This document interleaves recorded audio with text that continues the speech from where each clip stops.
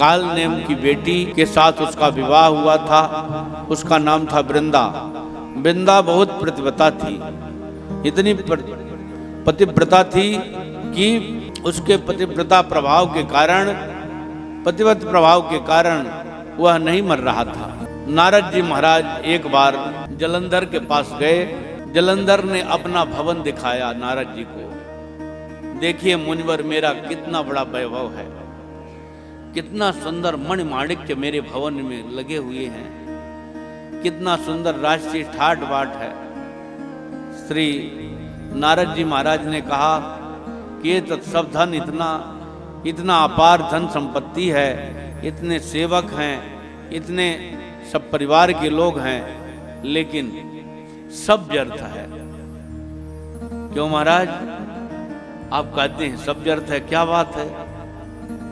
अरे घर में एक सुंदर स्त्री न हो तो सभी व्यर्थ है तो मेरे यहाँ स्त्री है, लेकिन देखो शमशान में निवास करते हैं और शंकर भगवान के पास कितनी सुंदर स्त्री है। गौरा शंकर सीताराम, गौरा जी कितनी सुंदर हैं, उनकी सुंदरता की समता में तुम्हारे पास स्त्री है कहीं?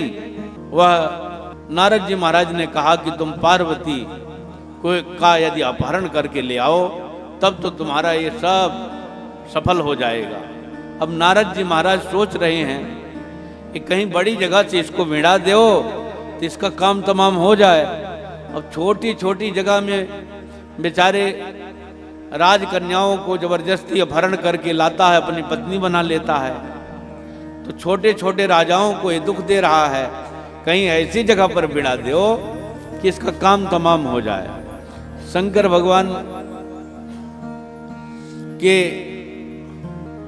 अनुपस्थिति में शंकर भगवान उधर युद्ध कर रहे हैं। एक रूप बना करके वो पार्वती जी के पास शंकर का रूप बना करके आया और शंकर भगवान से शंकर भगवान का रूप बनाकर आया और कहते हैं जालंधर को हमने मार आया।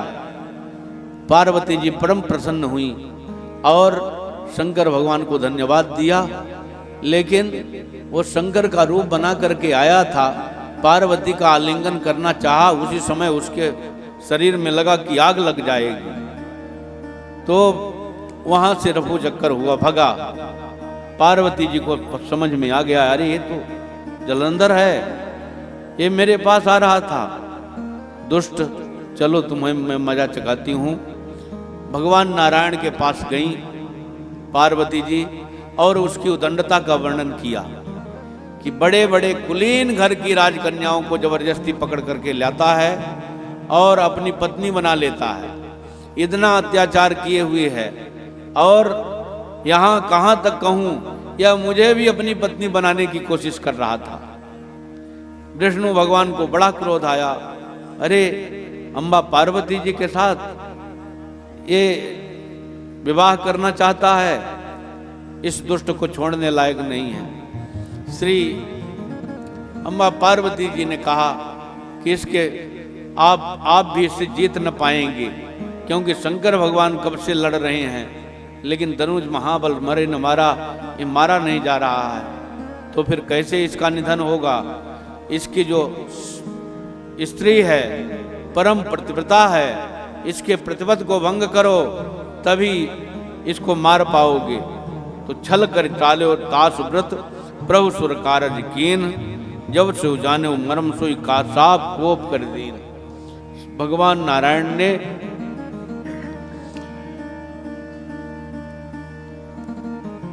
जलंधर का रूप बना करके वृंदा के पास गए। एक बार भगवान के कौस्तुभ मणि की सुगंधी उसके कानों तक पहुंची, नाक तक पहुंची, और वह समझ गई, अरे ये तो भगवान नारायण हैं। कोप करके श्राप दे दिया, मेरे साथ आपने छल किया है, जाइए आगे अवतार में आपके साथ भी छल होगा। इस प्रकार से भगवान को श्राप दे दिया और ठाकुर जी श्राप दे करके वो जल करके राख हो गई। स्वयं अपने शरीर को शांत कर लिया।